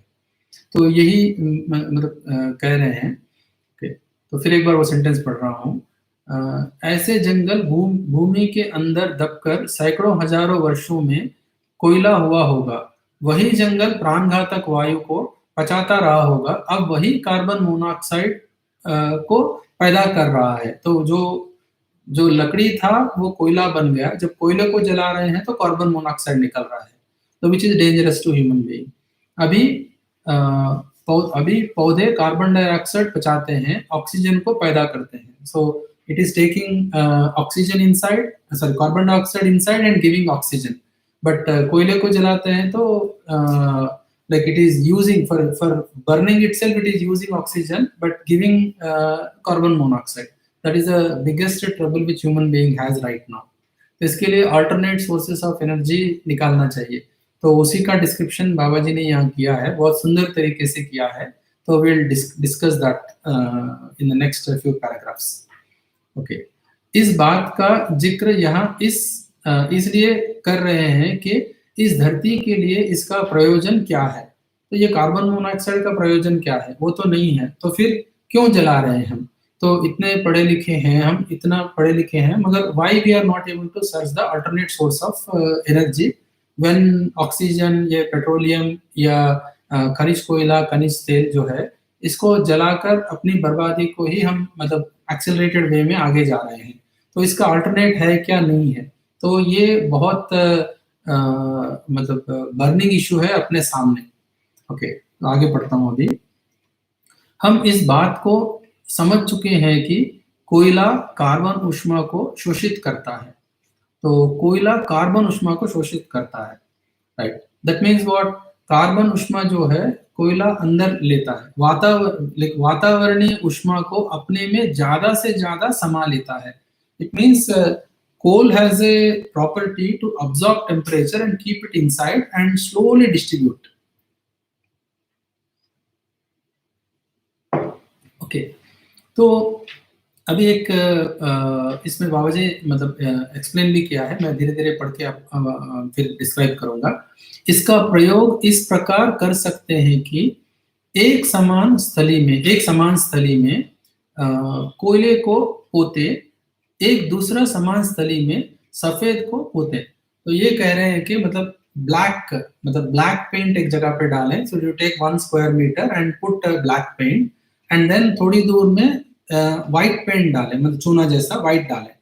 तो when both are exposed to sun, उसके बाद में जब मतलब सन का टेम्परेचर, सन का डायरेक्ट किरण उसके ऊपर पड़ता है, थोड़ी देर के बाद में अगर अपन व्हाइट के ऊपर जाकर अपना पैर रखते हैं तो वहां पे कुछ टेम्परेचर अपने को दिखता है। वैसे ही जो कोयले का पेंट डाले हैं वहाँ पे जाकर अपन पैर रखते हैं, तो वहाँ पे ज़्यादा टेम्परेचर अपने को महसूस होता है। तो इसका मतलब ये है कि black surface absorbs lot of heat and distributes it very very slowly. That means koila has that property to absorb the temperature, whereas white will reflect that. तो इसीलिए वो वहाँ पे ठंडा लगता है। तो आजकल मतलब समर में बहुत सारे घरों के ऊपर अपन व्हाइट पेंट डाल रहे हैं, तो उसके लिए वो रिफ्लेक्ट करता है ताकि घर पूरा ठंडा रहे। मगर अपना जो लाइफस्टाइल ही ऐसा हो कि आसपास का जो एम्बिएंट टेम्परेचर है वो ही अपने लिए कंफर्टेबल रहना चाहिए, उसके लिए अपन कर सकते हैं। ओके, तो इसका प्रयोग इस प्रकार कर सकते हैं कि एक बार फिर पढ़ रहा हूँ। इसका प्रयोग इस प्रकार कर सकते हैं कि एक समान स्थली में कोयले कोयले को पोते, एक दूसरे समान स्थली में सफेद को पोते। कड़ी धूप के समय कोयला जहाँ पोता रहता है, वहाँ पैर रखने से गर्म लगता है। सफेद जहाँ पोता रहता है, वहीं कम गर्म लगता है। तो इन दोनों के बीच की स्थितियों को भी अन्य जगहों में देखा जा सकता है। तो कहीं भी मतलब किसी भी जगह पे हम ये करके देख सकते हैं experiment. We can like conclude for ourselves, जहाँ पे ब्लैक सरफेस है, ब्लैक कोटिंग है, वहाँ पे टेम्परेचर ज़्यादा ऑब्जर्व होता है, व्हाइट कोटिंग है, वहाँ से रिफ्लेक्ट होता है। इससे यह पता लगता है कि कोयला ज़्यादा से ज़्यादा ताप को अपने में पचा लेता है। तो अभी जो कोयला जो अपने में ये जो गर्मी है, जो टेम्परेचर उसको पचा रहा है, तो वैसा ही ये कोयला अगर धरती के अंदर है, तो धरती के ऊपर जितना भी मतलब हीट आ रहा है, वो पचाने के काम में आता है। तो अभी अपन क्या कर रहे हैं कि उस कोयले को मतलब खोद के निकाल रहे हैं, इसके वजह से ये टेम्परेचर ऑब्जर्व करने के लिए कुछ बचा ही नहीं है। इसीलिए जितना भी टेम्परेचर है वो डायरेक्टली रिफ्लेक्ट करते जा रहा है, उससे एम्बिएंट टेम्परेचर बहुत ज़्यादा बढ़ते जा रहा है। That is the problem. जैसे कि अपन जो सन से जो जितना भी टेम्परेचर आ रहा है, उसका 30% वो ट्रैवलिंग में ऑब्जर्व हो जाता है वो टेम्परेचर। तो उसके बाद में दूसरा 30% ये ओज़ोन लेयर से रिफ्लेक्ट होके चले जाता है। उसके बाद में जो भी बचता है, वो धरती को टच जो करता है, तो उससे धरती जो ऑब्जर्व करने की कैपेसिटी हम कम कर रहे हैं, वो कोयला निकाल के। इसीलिए जहाँ पे कोयला निकाल रहे हैं, उसके आस-पास में टेम्परेचर बहुत रहता है। जैसे हमारे पास ये मतलब ये तेलुगु स्टेट में, आंध्र प्रदेश में एक रामागुंडम करके जगह है, वहाँ पे very very high temperatures register होते हैं, बिकॉज़ वहाँ पे ये कोल माइनिंग होता है वहाँ पे। तो अन्य जगह पे भी होता होगा ऐसा ही, temperature rise because of this coal mining. Okay, भी मतलब आगे स्टेटमेंट्स पढ़ रहा हूँ। ओके, तो इससे हमको यह पता लगता है कि कोयला ज़्यादा से ज़्यादा ताप को अपने में पचा लेता है, धीरे-धीरे वितरित करता है, तो स्लोली डिस्ट्रीब्यूट्स। ऐसे कोयला और बहुत सारे मटेरियल्स में, मेटल्स में भी ये प्रॉपर्टी है कि वो टेम्परेचर को जल्दी ऑब्ज़ॉर्ब करते हैं और धीरे-धीरे वो डिस्ट्रीब्यूट करते हैं। तो हमको इसको समझना चाहिए और इसको है ना मतलब धरती में बचा के रखना चाहिए ताकि हम बैलेंस्ड स्टेट में रहें। ओके, तो इस प्रमाण से हमें यह समझ में आता है कि इस धरती पर पहुँचने वाली ब्रह्मांडीय ऊष्मा इससे इसमें सबसे अधिक सूर्य ऊष्मा, तो सन के पास में, धरती सन के पास में, इसलिए सन से जो अपने को टेम्परेचर आ रहा है, तो वो ज़्यादा अपन ऑब्ज़ॉर्ब करते हैं। तो धरती के अंदर ऐसा ऐसा प्रॉपर्टीज़ रहने वाले मटेरियल्स है और मेटल्स है कि वो ज़्यादा टेम्परेचर जल्दी से ऑब्ज़ॉर्ब कर लेते हैं और धीरे-धीरे वो डिस्ट्रीब्यूट करते रहते हैं। ओके, तो let me just look at it once again. या इस प्रमाण से हमें यह समझ में आता है कि इस धरती पर पहुँचने वाली ब्रह्मांडीय ऊष्मा, इसमें सबसे अधिक सूर्य ऊष्मा इस धरती पर पचाने की आवश्यकता रही। तो सन का जितना भी टेम्परेचर है, उसको we have to absorb and utilize that, मतलब डाइजेस्ट करना पड़ेगा उसको। सो क्योंकि धरती अपने में ऊष्मा संतुलित को बनाए रखने के उपरांत ही धरती के सतह पर हरियाली सुरक्षित है। तो ये जो टेम्परेचर कुछ हद तक टेम्परेचर बना रहता है, तो तभी ये लाइफ फॉर्म के लिए यूज़ होता है। तो वही कह रहे हैं बाबा। ओके, क्योंकि धरती अपने क्योंकि धरती अपने ऊष्मा संतुलन को बनाए, टेम्परेचर बैलेंस ओके को रखने के उपरांत ही धरती की सतह पर हरियाली हरियाली सुरक्षित रही। हरियाली सुरक्षित रहने के उपरांत ही कृमि कीट जीव जानवर का प्रकटन, उसके उपरांत ही मानव का प्रकटन होना कृत्रिम रचना क्रमिक रचना वैभव के रूप में हम मानव को समझ में आता है। तो ये मतलब लाइफ फॉर्म जो टेम्परेचर बैलेंस है, टेम्परेचर बैलेंस के साथ साथ ही ये जो लाइफ फॉर्म स्टार्ट होता है उसके बाद में ही जीव जानवर और उसके बाद में आदमी का प्रकटन होने के लिए ये है। तो ये अभी दूसरे धरतियां भी जो है उसमें भी यही प्रोसेस होने वाला है, लाइक स्टेप बाय स्टेप और time to time, okay, mean times to come. Okay, इस वैभव के मूल में धरती अपने में ऊष्मा संतुलन बनाए रखना एक प्रमुख उपलब्धि रही है। मतलब एनर्जी बैलेंस जो है, मतलब ये जो टेम्परेचर का जो बैलेंस है वो अर्थ को बैलेंस रखना है, तो उसको आदमी समझ सकता है, वो बैलेंस को ना बिगाड़े इसका आदमी मतलब स्टडी करना पड़ेगा। और स्टडी करने के बाद ये तो बेसिक एजुकेशन है, so what I have to do such that I am not disturbing the larger dynamics of the earth. इसमें मानव का कोई योगदान नहीं है, मतलब अर्थ का बैलेंस को बनाने के लिए कोई योगदान नहीं है, मगर आदमी जो काम कर रहा है उससे ये बैलेंस बिगड़ रहा है टेम्परेचर का। ओके, तो बैलेंस बना रहना already it is there in the nature. Okay, इसी कोयले में समाहित तेल ही धरती में खनिज द्रव्यों के साथ परिपक्व होकर खनिज तेल के रूप में उपलब्ध हुआ है। इसका भी संरक्षण धरती के अंदर उचित वातावरण के रक्षा कवच के साथ बना ही रहा है। तो अपन ये जो गैस निकाल रहे हैं, कोयला निकाल रहे हैं और तेल निकाल रहे हैं, इससे धरती का बहुत नुकसान हो रहा है। जब धरती का नुकसान होता है तो आदमी का ही नुकसान होता है। तो ये हम लोग को समझना चाहिए, क्योंकि हम डिपेंडेंट है धरती के ऊपर हम डिपेंडेंट है, तो उसको हमें समझना चाहिए और उसको मतलब क्या बोलते हैं, उस बैलेंस को बिगाड़े बिना हमको उसका यूटिलाइज करना चाहिए। सुरक्षित रखने का तात्पर्य तेल तक प्राणवायु अर्थात ऑक्सीजन के ना पहुंच देने के लिए वातावरण को बनाए रखना ही है। मतलब वहां पर जहां पर ये ऑक्सीजन जा रहा है वहां तक नहीं जाने देना। दैट मीन्स अगर वहां तक जाता है तो वो जल के राख हो जाता है, तो इसलिए वहां तक नहीं जाना है, ये बात कह रहे हैं। So this we have seen so many places, lot of destruction has already taken place. उसके वजह से सीजन्स बहुत बिगड़ गए हैं and we are all facing that difficulty right now. इस प्रकार से हम इस तथ्य पर पहुंच सकते हैं कि धरती की कंपनात्मक गति के समान रूप में संपूर्ण खनिज में कंपन और स्पंदन, उससे अधिक रासायनिक द्रव्यों में स्पंदन, उससे अधिक प्राणवायु में स्पंदन, फलस्वरूप रचनाएं इस धरती पर प्रकट है। तो इससे क्या बता रहे हैं कि मटेरियल से ज्यादा मतलब प्राण में कंपन ज्यादा है, प्राण से ज्यादा जीव में कंपन ज्यादा है। सो ये जो रसायन द्रव्यों में कंपन ज्यादा है, तो ये वाइब्रेशन और वाइब्रेटिंग एनर्जी जैसा ऑर्डर बढ़ते जाता है तो उसमें ज्यादा है करके यहाँ बता रहे हैं।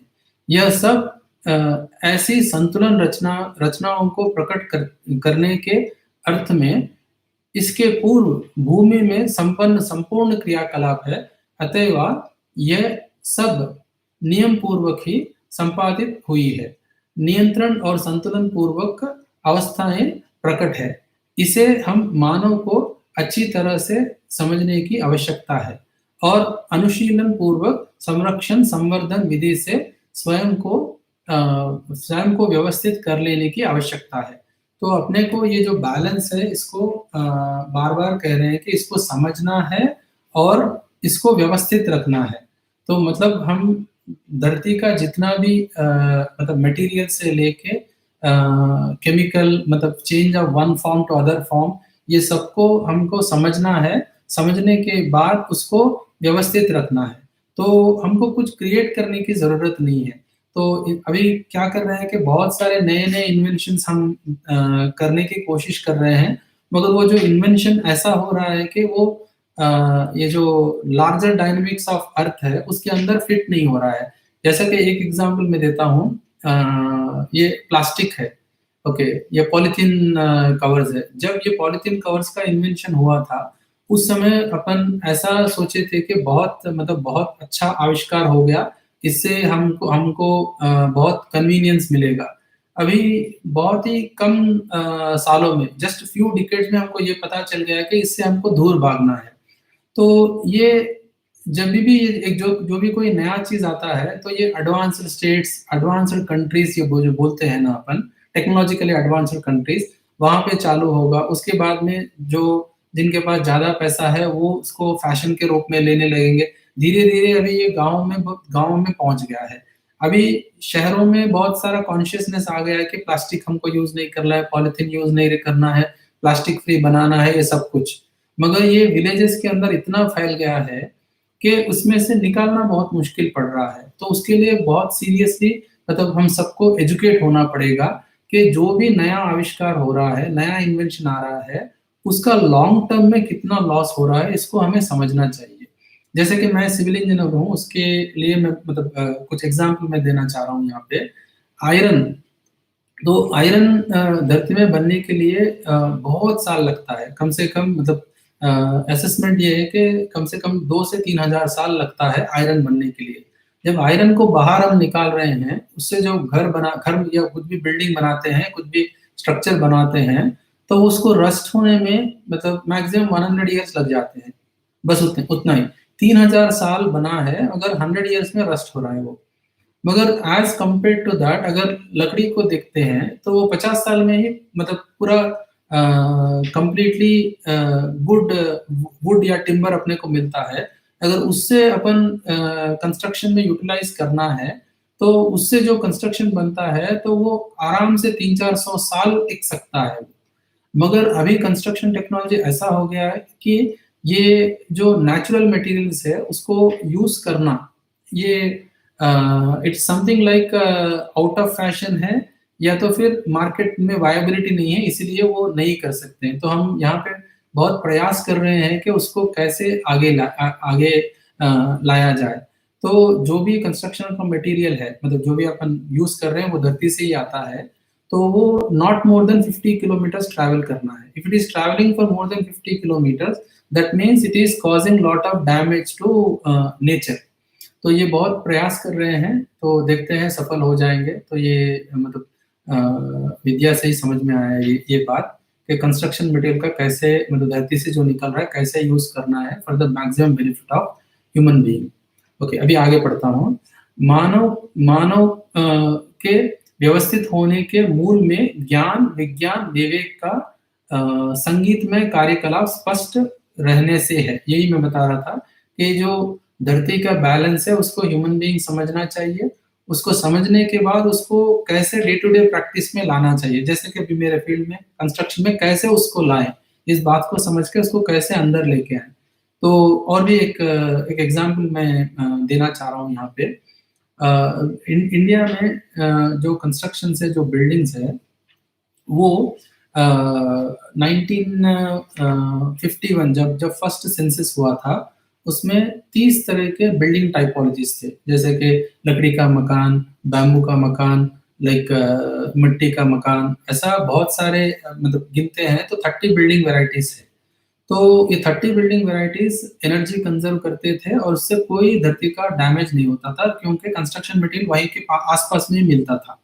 तो उससे लोकल टेक्नोलॉजी है, वो लोकल मटेरियल है, लोकल आर्टिज़न है। So that means what, local उसी लोकल एरिया में मार्केट घूमता था and everyone knows how to construct that house. अभी क्या हुआ, जो इंजीनियरिंग की पढ़ाई में जो बिल्डिंग्स का जो डिज़ाइन पढ़ाते हैं, उसमें ये टॉपिक्स मतलब नहीं है, सिर्फ़ कंक्रीट और स्टील पढ़ाया जाता है। बहुत कम कॉलेजेस में, जैसे कि 3000 से ज़्यादा कॉलेजेस है, तो उसमें बहुत कम कॉलेजेस में ये अल्टरनेट जो नेचुरल मटेरियल्स है उसका ये क्लास होते हैं। मतलब उससे बिल्डिंग कैसे बनता है। जैसे कि हमारे ट्रिपल आईटी हैदराबाद में भी हम ये इंट्रोड्यूस करे हैं कि ये नेचुरल मटेरियल से बिल्डिंग कैसे बनता है। तो वही एक एग्जांपल के तौर में बता रहा हूँ।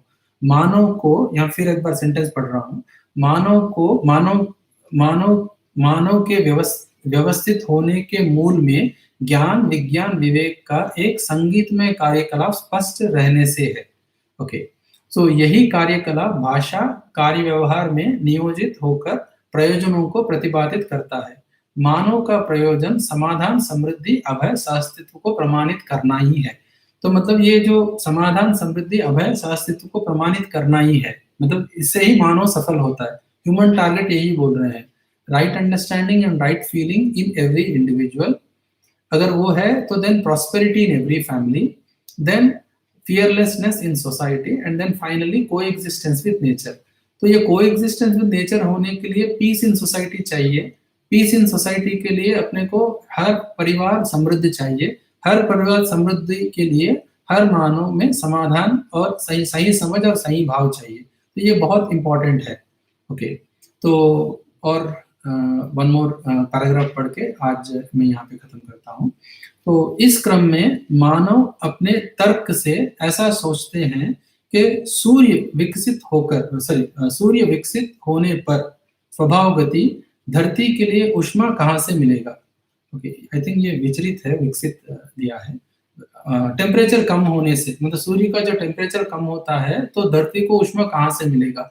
इस धरती पर यह हरियालियां कैसे रहेंगी। ये सब हरियालियां सूर्य प्रकाश के कारण है। अभी जो हरियाली है वो सूर्य प्रकाश के कारण है। इसमें समाधान का सूत्र हम स्वयं मानव में ही पहले कदम पे ही मिल जाता है। तो इसको एक्सप्लेन कर रहे हैं कैसा होगा। मानव देह की निश्चित ऊष्मा, मतलब temperature, human body temperature. Okay, just 1 second. या मानव देह की निश्चित ऊष्मा, दैट मीन्स टेम्परेचर, ऊष्मा विधि से बनी हुई है। इसे हम अपने मापदंड के अनुसार 98 to 99 बोलते हैं। तो exactly 98.4 average temperature of human being बोलते हैं ना। मापदंड का नाम थर्मोमीटर माना जा रहा है। इस तथ्य को धरती पर जीता जागता मानव में देखा गया है कि जहां 0 डिग्री फ़ारेनहाइट से नीचे तापमान है, दैट मीन्स माइनस भी है, वहां भी ह्यूमन बीइंग का टेम्परेचर इतना ही है। जहां पे ज्यादा टेम्परेचर है, हाई टेम्परेचर है, वहां पे मानव का टेम्परेचर भी, बॉडी टेम्परेचर भी उतना ही है। यही कह रहे हैं। इस तथ्य को धरती पर जीता जागता मानव में देखा गया है कि जहां 0 डिग्री फ़ारेनहाइट से नीचे तापमान है, वहां भी मानव रहता है। वहां के मानव शरीर का तापमान भी इसी सामान्य तापमान के रूप में नापा जा सकता है। इस धरती पर 120 फ़ारेनहाइट से अधिक ताप प्रभावित है, वहां भी मानव शरीर का वही सामान्य तापमान मापा जाता है। तो तभी मानव को स्वस्थ कहा जा रहा है। दैट मीन्स कितना भी टेम्परेचर रहने दीजिए, एम्बिएंट टेम्परेचर या एटमॉस्फेयर में, मगर ह्यूमन बीइंग का टेम्परेचर उतना ही रहता है। तो वातावरण के अनुसार ताप यदि बदल जाता है तो रोगी कहलाता है। तो ह्यूमन बीइंग का टेम्परेचर अगर बदलता है तो then we are saying that person has a disease. Okay, तो इस प्रमाण के आधार पर धरती का स्वस्थ भी विचार किया जा सकता है। तो मतलब अर्थ का जो हेल्थ है उसको भी सोचा जा सकता है। धरती के वातावरण में जो ब्रह्मांडीय किरण और ताप परिवर्तित होकर धरती को स्पर्श करता है, उससे अधिक तापमान ना बढ़ने ना घटने के लिए ताप पाचक व्यवस्था को धरती अपने स्वयं में से संतुलन बनाए रखना पहले वर्णित हो चुकी है। तो ये मैं पहले भी बताया, तो अर्थ का एक जो टेम्परेचर जो मतलब एटमॉस्फेयर है वही उसको बचा रहा है। तो ये प्रोटेक्टिव कोटिंग जो बोलते हैं ना, तो वो अर्थ के आसपास भी है, उसको हमें बिगाड़ना नहीं है। वो अगर बिगड़ गया तो then there will be problem and life on earth will be definitely very difficult, it's not possible. So मानव अपने अविवेकवश और प्रलोभनवश धरती का पेट फाड़ दिया, कोयले को निकाल लिया, धरती तापग्रस्त हो गई। कोई भी विज्ञानी और प्रौद्योगिकी संसार इस जिम्मेदारी को स्वीकारने के लिए तैयार नहीं है। तो human being has destroyed earth, but human being is not accepting the responsibility. यही प्रॉब्लम है। इसका उपचार दरकिनार है। तो इस विधि से हम कहाँ पहुंचेंगे, क्या हो सकेगा? पहले दुष्परिणाम का स्वरूप है कि धरती किसी तादाद से तप्त होने के उपरांत इस धरती पर हरियाली, जीव जानवर, मानव रह नहीं पाएगा। तो जब एक लिमिट से ज्यादा अगर टेम्परेचर हो गया तो human being survival itself is under question, that means existence of human being is under question. दूसरी स्थिति में धरती के तापग्रस्त होने के उपरांत उत्तर दक्षिण ध्रुव में जितनी भी बर्फ संग्रहित है उस सब के पिघलने की स्थिति में ऊंचे ऊंचे पर्वत शिखर को छोड़कर सभी जगह में जल मग्न की स्थिति हो सकती है। इससे मतलब जो melting of ice, okay, at the poles on like Himalayas, ये आइस मेल्ट होके ये level of water will rise, so that is another big danger. So ऐसी स्थिति में मानव की क्या हालत हो सकती है, सभी सोच सकते हैं। तीसरा दुष्परिणाम की स्थिति यह भी हो सकती है कि इस धरती पर जब कभी पानी के रूप में यौगिक क्रिया संपादित हुई तब एक जलाने वाले द्रव्य के सहज रूप में जुड़ने की स्थिति बनी ही होगी। मतलब ऑक्सीजन वाटर जब बना, हाइड्रोजन एंड ऑक्सीजन मॉलिक्यूल्स से दोनों मिलने के बाद ये बना है। उस समय जलाने वाला उपद्रव्यों दोनों को सामान्य बनाए रखने के लिए एकमात्र ब्रह्मांडीय किरण ही उपदेय रहा है। ओके, ऐसे ब्रह्मांडीय किरण बनाम विकिरण और विकिरणीयता के संसार को आज का मानव पहचान चुका है। ये समझ, human being has understood that it has formed like that. इस बात को ध्यान में रखने पर निम्न वर्णित कल्पना ध्यान में आती है, भले ही उक्त घटना घटित ना हो। तो आज हम अपने ही अविवेक और प्रलोभनवश धरती को तापग्रस्त करते जा रहे हैं। परिणाम में धरती का सुरक्षा की संभावना न्यून हो गई है। तो इससे अपने को क्या पता चल रहा है कि जैसा अभी अपन चल रहे हैं, अगर वैसा ही चलेंगे तो we will not survive on earth. That is a big danger. परिणाम में धरती की सुरक्षा की संभावना न्यून हो गई है। प्राणवायु की मात्राएं शनै शनै घटने लगी है। प्राणवायु विरोधी द्रव्य बढ़ने लगा है। इसी को हम प्रदूषण कह रहे हैं। So these are 4 problems what has come out of human activities. So let me explain that.